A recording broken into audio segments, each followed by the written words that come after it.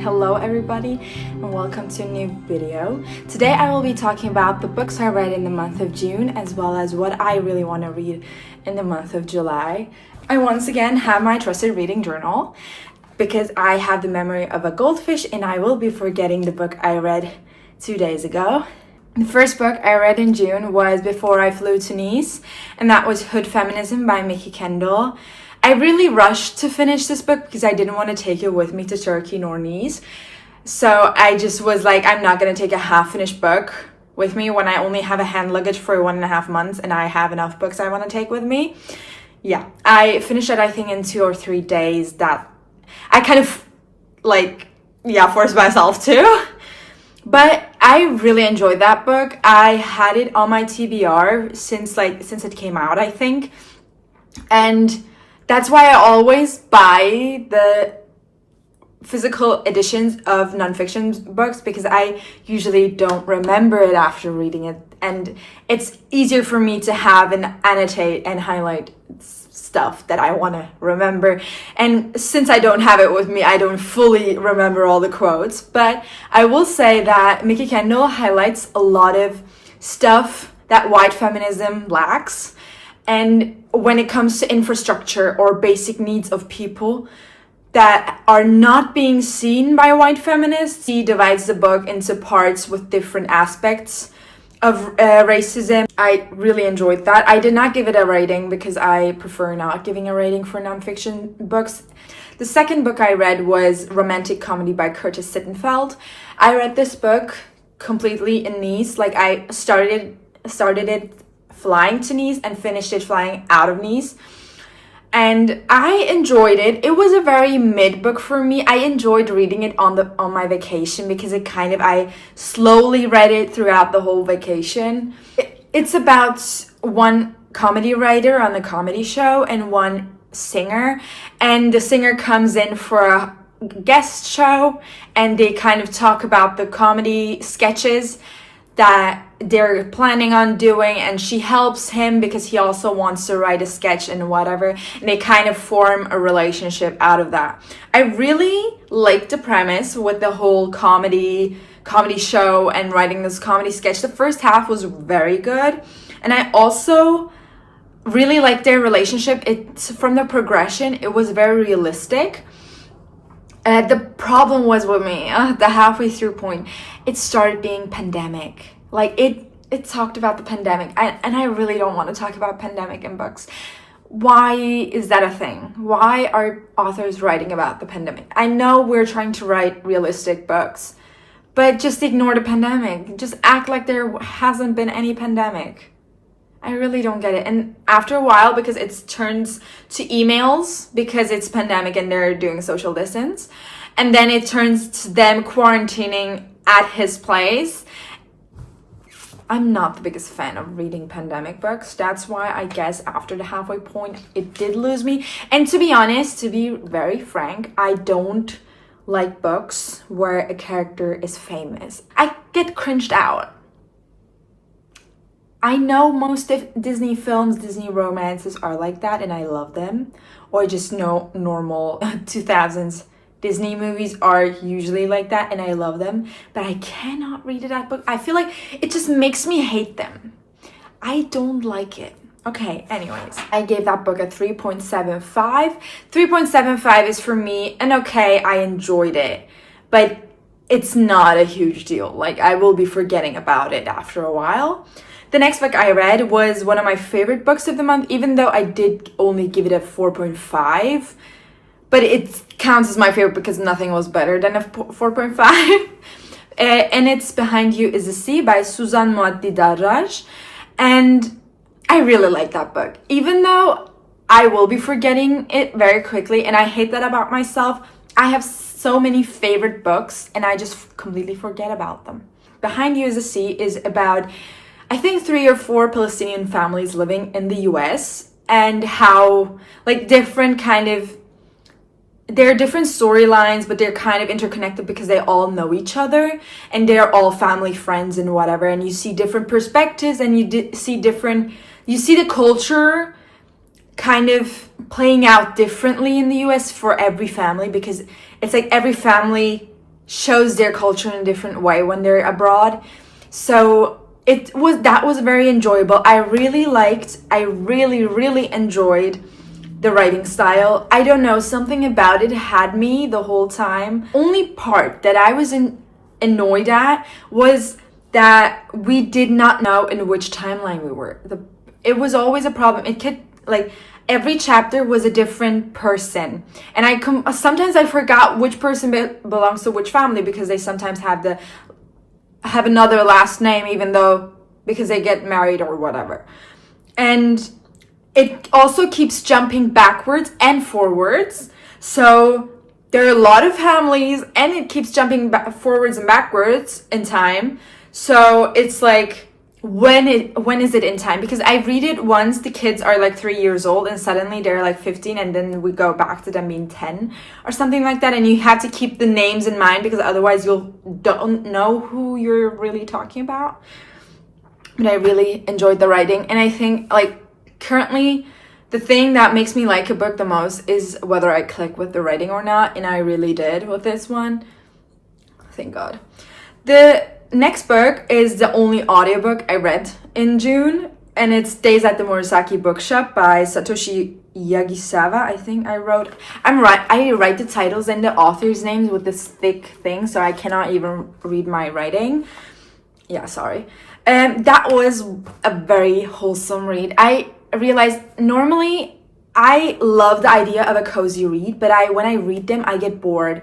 And I'm realizing that I rather read the cozy book as an audiobook to feel cozy. And it's working. It's working right now. And I really like Days at the Murasaki Shop. It was very cozy. It's about books. Come on. It's about books. Of course, I'm going to enjoy it. But the problem was, after the halfway point, we kind of lost the point. It kind of changed into something, and I think after a while, I think it might also have changed narratives, but I did not really get that. That's the problem with audiobooks. You have to keep attention the whole time, and when you lose attention for once, you keep losing the plot, kind of. And I'm not sure, and it kind of went a whole other direction after the halfway point, and I didn't really understand why and how. Yeah, and what the point was. I also gave this one, I wrote that I lost the plot after 75% through. Might also be like that. And 3.75 stars. Like I said, it was okay, and I enjoyed it. Yeah. So the next book, I read What the River Knows by Isabel Ibanez. So this one, I bought that book, hardcover edition, from a used bookstore. I was so happy. And everyone, like Estefania Reads on Insta, she loves that book. And I remember 1 or 2 years ago seeing her post, seeing her review, and the quotes out of that book. And I was always so hyped for that book. It's also set in Egypt. It's about archaeologists. Also a bit set in Argentina. It's something different. It's not US based. It's not, I don't know, it's different than something I've read before. And it's a romantasy. Like, come on. This used to be my favorite genre, but I'm really understanding that I'm not really into that genre anymore. And it's so annoying. Because the idea is wonderful. Like, the idea is that you escape to another world, and there are other things happening, and they fall in love, and they banter and whatever. Oh my God. But it's not working anymore. I don't know. Okay. Anyways. Yeah. I really like this book as a romantasy. It was also following the pattern of a normal romantasy. Like I said, the different settings that were also both outside of the US were very interesting, and it also showed a glimpse into Egypt's, I don't know when it was set, I think 1900s or end of 1800s, I'm not sure. But I liked how we did not see any US setting or UK setting. I also really liked their banter. They were like so cute. They were really cute. Their banter, oh my God, yeah. This really felt like an enemies to lovers at that point, because she was not allowed to go to Egypt, but when her parents die in Egypt, she really wants to travel to Egypt to find out where her parents are, why they died, and how they died. And she has been fascinated by Egypt because her parents have been fascinated and obsessed with Egypt. So why wouldn't you allow your daughter to go with you to Egypt? That's what I also don't understand. But she goes to Egypt, and then her uncle's assistant, let's call him his assistant, he has to send her back to Argentina because it's unsafe in Egypt. And then she's so headstrong and stubborn that she's like, no, you can take my luggage and bring them back to the ship, but I will be staying here. Like, I don't care. And I love that about her. And it was really like enemies to love. I love the banter between them. It was so cute. For me, currently, it's most important that the writing is good. Not that it's good, that I'm clicking with it. And I cannot explain to you why I click with a certain type of writing. But I did not click with this writing, and I was not swept away. And the one thing you would wish for yourself when you read a fantasy is being swept away. And I'm not. And why am I not? Can you please explain that to me? It's kind of... I'm slowly realizing that I really don't... or am not in the fantasy genre, fantasy era anymore. Maybe it'll change in the autumn. Even though, for me, fantasy is also a genre for autumn. But I don't tend to want to read fantasy in autumn. So, I don't know. Yeah. I gave this book a 4-star. I really enjoyed it. But if I clicked with the writing, and when I read a fantasy book, I really want it to be over 4.5 stars. I really enjoyed this, but the writing. And I want to be swept away. Yeah, thank you. The next book I read, after this one, I started reading my e-arcs because I have a lot of e-arcs, a lot of them. And I need to get through them because otherwise no one will send me any e-arcs anymore. And this one was Pugs and Kisses by Farah Rochon, I'm not sure. This one was a romance, a second chance black romance about 2 veterinarians. And oh my god, I loved reading the dog content. This was very cute. I really liked it. Also, they had this mission where because both of them kind of but intern at this sanctuary or volunteered at the sanctuary when they were like at their second or first year of vet school. And that's how they met, and that's where they had their summer fling, and then they kind of grow apart. They get back to the city and they find out that the sanctuary needs saving because they don't have money anymore. And yeah, but they were, at the beginning there was miscommunication because how they kind of split apart after that summer, there was miscommunication, which I get. But at the end, there was also miscommunication, which is a bit too much after a while. Like, I don't care. Just talk to each other. How hard can it be just to talk to each other? Don't you talk to normal people on a normal daily basis? Or go to therapy. I don't know. Do something. This is me as an avoidant person talking about talking. I gave that 3.75 stars. It was okay, and I enjoyed it. It wasn't the best, but I enjoyed it. Then the next book I read was Supersario by Mariam El-Mehtati. And this one I think was the worst book of the month. I gave it 3 stars. It's not that bad, but my heart doesn't allow me to give it 2.75 because I had such high expectations of this book. It has no plot, just vibes. I read last year Oye by Melissa Magoyan. If you read that one, it's almost the same. With the inner, it's literally her just talking to herself, and you're reading that. The point I was annoyed at was it was just too long. When you write a book where you just talk to yourself, or it's just an inner monologue for 300, 400 pages, you get bored. I know, sweetie, you live this life. Me too. I also live this life. And okay, you have your romances, you have your office romances that go kind of tragically. It's not that tragic, actually. And you have wonderful commentary on racism, Islamophobia, and sexism and whatever. I love that for you, but you're too long. I lost the will to live after 60%. And I'm sorry. I really wanted to love this. I really had high expectations because it's literally a Moroccan Spanish family living on Gran Canaria. And she's a 20-something-year-old girl. Like, give me something to be not excited about. The next book I read was Only Lovers in the Building by Nadine Gonzalez. And I gave that book a 4 stars. I really enjoyed it. I really enjoyed it.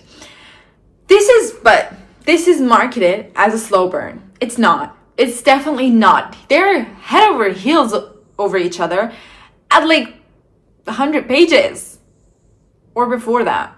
And no, I don't accept that. I really loved how I have been on this thing where I read books about readers, romances about readers, and I feel so seen. Yeah, anyways. And this book is about a reader. She is a lawyer though, and she's in Miami for a conference, and she decides to just quit because she's fed up and she does not like being a corporate lawyer. And yeah, she quits and goes to an apartment, books herself an apartment, and then meets this bartender. But this bartender is actually a literature professor in Day, and it's so hot. I love them. It's the perfect summer read. First of all, it's set in Miami. It's about 2 readers, and they realize that they know each other from an online book community, and they start writing romance reviews together, and they buddy read like romance books by the pool. Like, what else would you want? What else would you want? Yeah, perfection. And I loved it. Also had like this Nick and Cassie thing going on because they were known by the book community, and they were all like, they also, I don't know if this is a spoiler, but I don't think so, but they start a podcast after a while, and they literally have the Nick and Cassie thing going on. Everyone's rooting for them. They're like, are you banging now or not? Tell me, please.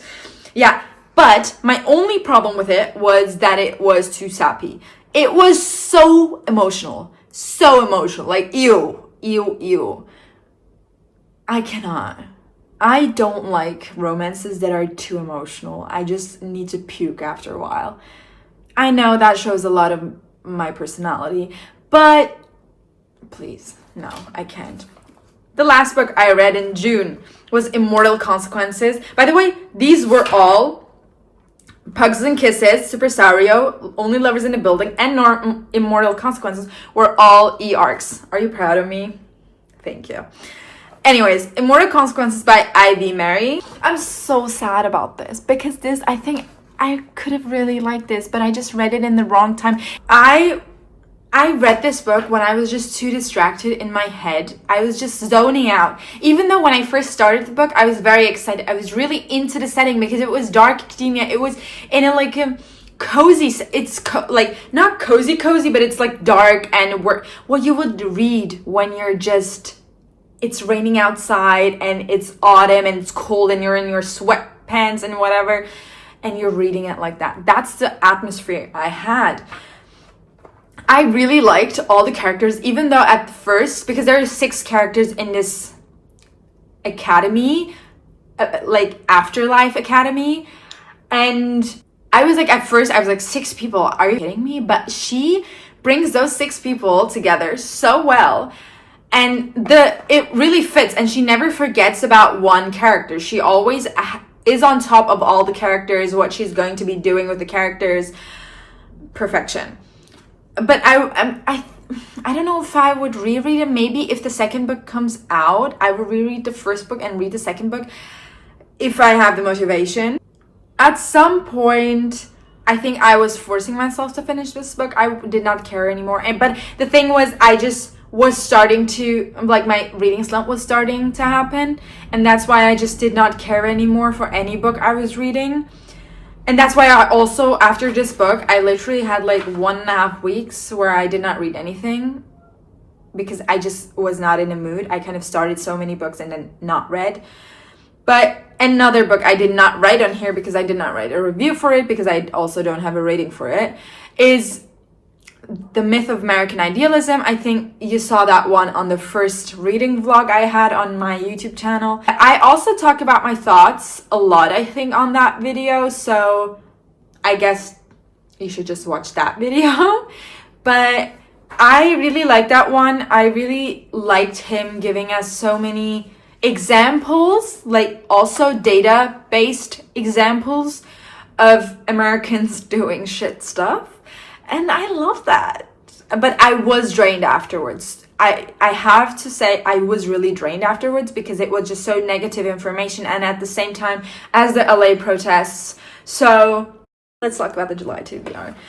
I have a lot of books on this list. It's a lot. To be honest, while I was doing this TBR, I completely forgot what was on my physical TBR because apparently I did not take any pictures of my TBR before I left. Okay, let's start this TBR. First, Orientalism. I'm already starting this on the 10th of July. And whether my buddy read friend is starting this on the 10th of July, I don't care. I'm starting this book. I'm starting it. It's with me. I cannot wait because I returned to the Netherlands on the 16th. So I need to start this book here because what was the sense of me bringing this book to Turkey if I don't start it in Turkey? You know? Okay, calm down. Yeah. I really want to read that one. I'm so excited to read that one. And I really need a nonfiction book right now. I just get bored of fiction currently. And yeah, I said it enough. I want a educated hot girl summer. I want to get myself educated. Anyways, yeah, then I might start this next. I'm not sure. I'll talk with you about that one in a second. Fahrenheit 451. I had this as a physical book, but I also got it on my Kindle because it's €1. I really want to read that as well because it's a classic and it should be read with about burning books, like, come on. And this other book, Travelers Along the Way. I found this at the American Book Center used. The problem is what I don't get.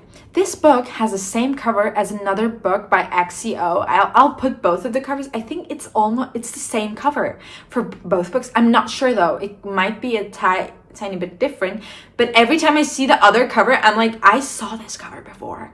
I saw it before. Anyways, we'll see about that. Then Gods of Jade and Shadow.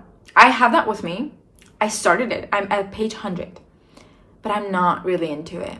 And I was like, I don't want to read it when I'm in a reading slump, even though the plot line of it, the idea of it is very interesting. It's about, I think it's also beginning of 1900s in Yucatan. It starts in Yucatan, but it plays out in all of Mexico, I think. And I'm learning about a lot of like Mexican Google Maps thingy. And it's very enjoyable because she kind of frees a demon. No, not a demon, I'm sorry. She frees a god, and she has to help this god find his organs to free herself from the god, because otherwise she'll die. And it's very interesting. It's very interesting. But I'm not in the mood currently. So, and I also read Daughter of Dr. Moreau by Silvia Moreno Garcia, the same author. And I did not like it a lot because it was more sci-fi, and I don't care about historical fiction sci-fis because sci-fi itself does not interest me. Like the science does not interest me. I want it either to be fantasy or like speculative fiction where it's like dystopian. Either or. I don't like science-y books. I don't like them because in the Daughter of Dr. Moreau, it was about a scientist's daughter. Yeah, I don't want to spoil it now, but yeah. But we'll see whether I finish it or not. Last book on my physical TBR I made for myself for July is Fledgling by Octavia E. Butler. I have this book also as physical because it's on my physical TBR. I should have it physically. I'm very interested in it because it's about black vampires apparently, and a lot of people recommend it for people that watch Sinners, and I am kind of in the mood. I think I will be in the mood to read that book when I return to the Netherlands because it's kind of summer, but it's not hot summer, or it's bait. Yeah, it depends on the day, but yeah, we'll see about that. I also put Kindred on my TBR because Kindred is on my 25 books for 2025 reads. And I don't know which I will be reading first. Kindred is more known, but Fledgling is on my physical TBR, so I'm not sure. On my Kindle TBR, Kindred, like I said, and The Irresistible Urge to Fall for Your Enemy. This is an e-arc. I should be reading this, but I'm not in the mood right now, and I don't know whether I'll be reading it this month. I'm not sure. I really am not sure. We'll see. Depends on my mood, like everything does. Then The Listeners by Maggie Stiefvater. This Stiefvater. We can also say it in German. She literally has a German last name, so let's just say Stiefvater. Maggie Stiefvater. Okay, anyways. That's a historical fiction about Nazis in the US, I think. Then I saw some book club books. Just Kids is the book club book of my city where I live in The Hague. What the fuck am I talking about? Just Kids is the book club book of July for the city I live in, the Netherlands, in The Hague. And I'm not sure whether I want to read this because it was never on my TBR. But I'm kind of, I'm like since yesterday, I'm like in a mood like, I could read whatever actually. Why do I even stick to my TBR, you know? And yeah, I put Just Kids on it, but my library also does not have it and I could not find it as EPUB. So I don't know if I'll be reading it if I can't find it anywhere. Maybe I'll read it as an audiobook. I'm not sure though. And then the other book is Open Water by Caleb Azuma Nelson, I think. I heard a lot of that book and a lot of good things. But I never, like, it used to be on my TBR. Then I was like, I'm never going to read this because I never found it physically. And I was not that interested to download it on my Kindle. But then I saw Lovey, or whatever her name is, the singer. Her book club is reading that for this month, and I follow them on Insta, and I saw that, and I was like, that's a thin book, and I only heard good things about it, and it's a romance as well in a way, so why don't I read that? That would be very fitting right now. Then I have my library TBR. I plan on reading a few books from the library because I don't have them, and I don't want to read a lot on my Kindle because I read a lot out of my Kindle in June. And I will be still reading out of my Kindle for the first half of July. So I thought, let's read more from the library. I first have Brotherless Night. That's also a book out of my 25 books for 2025. And I was also planning to read that one, buddy read that one with a friend. Then Solito by, I don't know the author. It's a memoir about an undocumented immigrant. I think he's also a journalist. I'm not sure. Then we have Frankenstein in Baghdad. I have been wanting to read this since Emmy Reeds posted it on her YouTube and talked about it on her YouTube. It's, I think, either magical realism or speculative fiction. It's Frankenstein in Baghdad. Come on, like, yeah. I really want to read that one, but we'll see. These are all, like, possible reads. It's kind of a recommendation for myself, if you'll say that. Then we have The Collected Regrets of Clower. That's a cozy fiction. And it's also on my list for 25 books for 2025. And I might be in the mood because I think it has the vibe of spring and summer. In the Netherlands, summer can be at times very much springy. So, and the last book, What Napoleon Could Not Do. I'm not sure whether I'm in the mood for that anymore because I wrote this TBR last week. I don't think I will be reading that, but my mood changes every other second. So I guess we'll see. This was the whole of my July TBR. Thank you for listening.